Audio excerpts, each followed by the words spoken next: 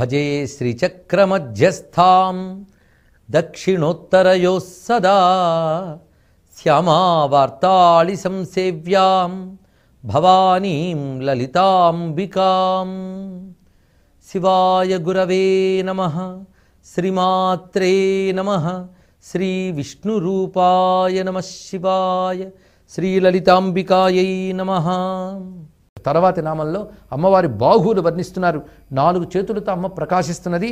ఆ 4 చేతులు ఎలా ఉన్నాయంటే పద్మ పాశ అంకుశ లసత్కరాబ్జాయే నమో నమః.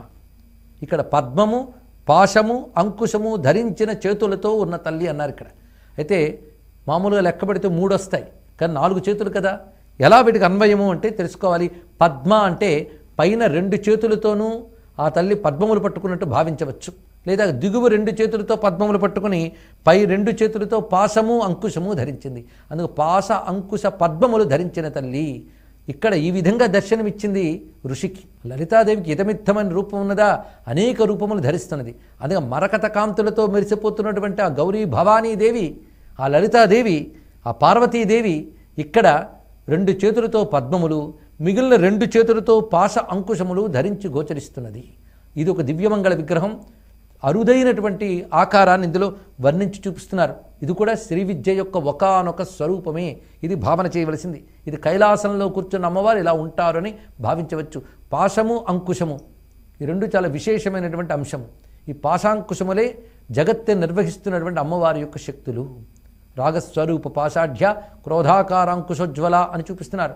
భక్తుల పట్ల అనురాగ వాత్సల్యములు చూపిస్తూ ధర్మద్రోహుల పట్ల క్రోధముగా శిక్షిస్తూ ఈ రక్షతో శిక్షతో లోకాన్ని అనుగ్రహిస్తున్న తల్లి గనక పాశాంకుశములు ధరించింది.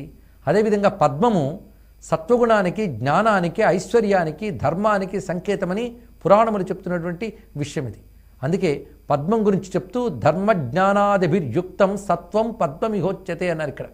ధర్మము జ్ఞానము ఈ రెండిటిని తెలియజేసేవి పద్మములు. అందుకే అమ్మవారి 2 చేతుల్లో పద్మములు, ఒకటి ధర్మానికి ఒకటి జ్ఞానానికి ప్రతీక.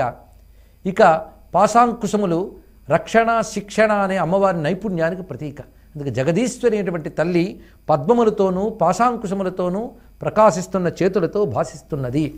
సర్వం శ్రీ లలితా చరణారవిందార్పణమస్తు.